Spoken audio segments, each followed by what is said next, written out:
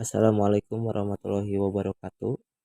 Dengan dibuatnya video ini, saya akan sedikit memaparkan atau mempresentasikan mengenai realisme Aristoteles.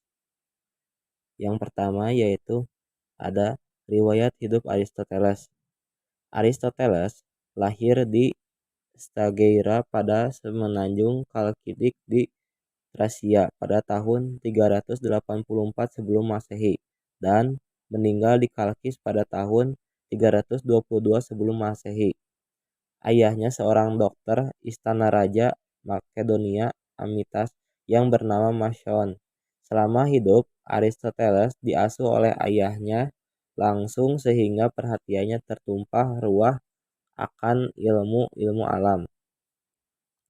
Aristoteles juga pada umur 18 tahun dikirim ke Akademi Plato dan di sana belajar pada Plato. Karya terbesar Aristoteles yaitu Filsafat Etika, Negara, Logika, Metafisika, dan lainnya. Dalam ilmu filsafat, Aristoteles dinobatkan sebagai Bapak Logika. Karya Aristoteles sebanyak 36 buah terbagi dalam 4 bagian yaitu logika, fisika, metafisika, dan etika. Menurut Plato, realitas tertinggi adalah apa yang kita pikirkan dengan akal kita. Sedangkan menurut Aristoteles, realitas tertinggi adalah apa yang kita lihat dengan indera mata kita. Yang kedua yaitu ada ontologi dan metafisika Aristoteles. Buah dalam pemikiran filsafatnya disusun secara sistematis dan dikelompokkan ke dalam 4 bagian.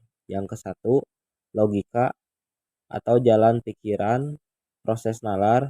Yang kedua, filsafat alam.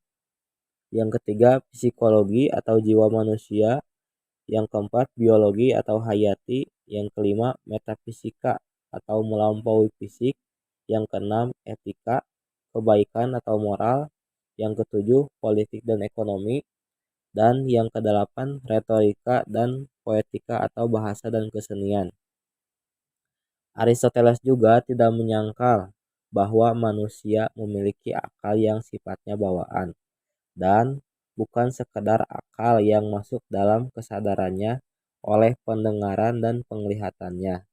Namun, justru akal itulah yang merupakan ciri khas yang membedakan manusia dari makhluk-makhluk lainnya.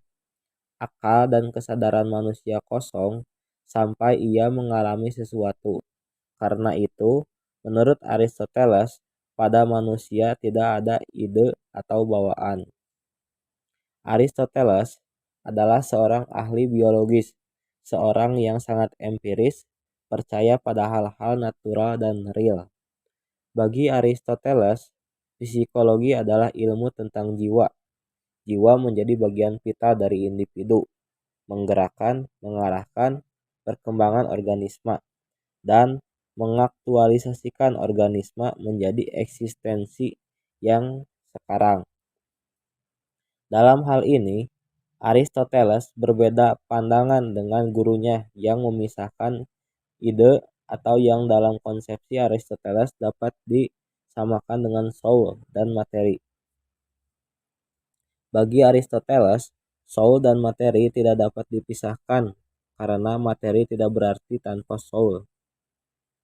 Yang ketiga yaitu teori pengetahuan. Aristoteles menegaskan bahwa ada 2 cara untuk mendapatkan kesimpulan demi memperoleh pengetahuan dan kebenaran baru, yaitu dengan metode rasional deduktif dan metode empiris deduktif atau induktif. Dalam metode rasional deduktif, dari premis 2 pernyataan yang benar dibuat konklusi yang berupa pernyataan ketiga yang mengandung unsur-unsur dalam kedua premis itu. Inilah silogisme yang merupakan fondasi penting dalam logika, yaitu cabang filsafat yang secara khusus menguji keabsahan cara berpikir.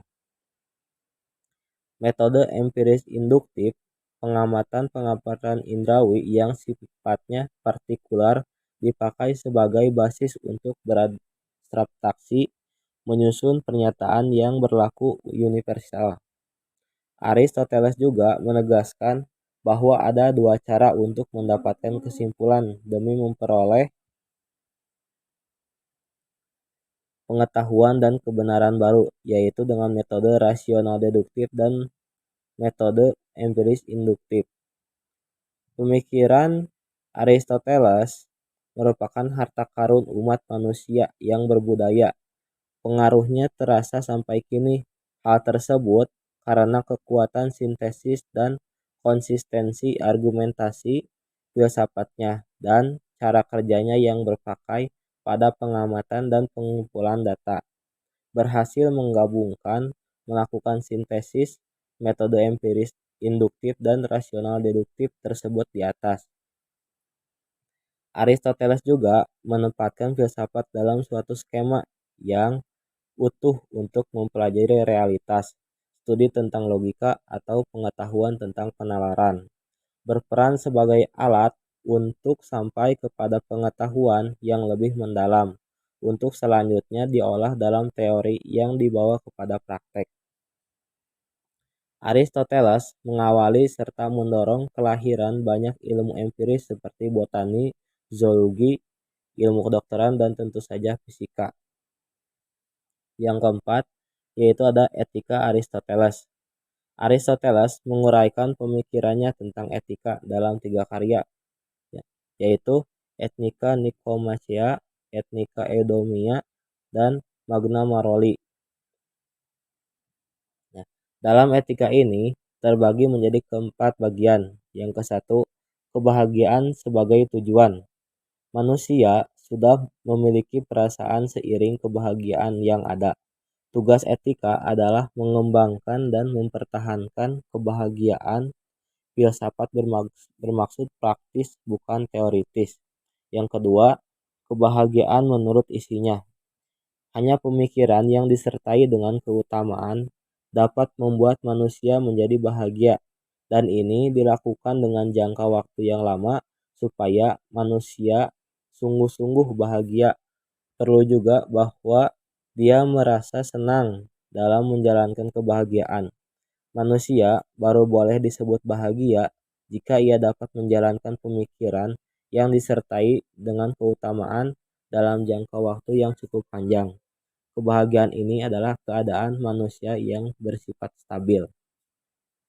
Yang ketiga, ajaran tentang keutamaan. Aristoteles mengatakan kita memperoleh keutamaan dengan berlaku baik. Ia mengakui bahwa rasio mempunyai peranan penting dalam membentuk keutamaan-keutamaan diri. Nah, dalam ajaran tentang keutamaan ini juga terbagi menjadi dua. Yang ke-1, keutamaan moral. Aristoteles melukiskan keutamaan moral sebagai satu sikap yang memungkinkan manusia untuk memilih jalan tengah antara dua ekstrim yang berlawanan. Dengan kata lain, jalan tengah harus dipandang dengan subjektif bukan dengan objektif. Yang kedua, yaitu keutamaan intelektual.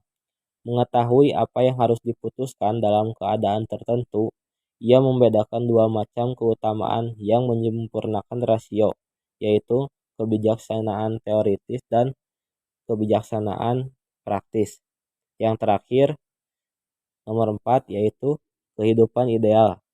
Aristoteles berpendapat bahwa hidup ideal adalah hidup sebagai seorang filsuf.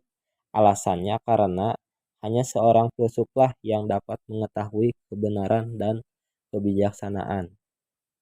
Mungkin segitu pemaparan dari saya mengenai realisme Aristoteles. Mohon maaf apabila banyak kesalahan. Wassalamualaikum warahmatullahi wabarakatuh.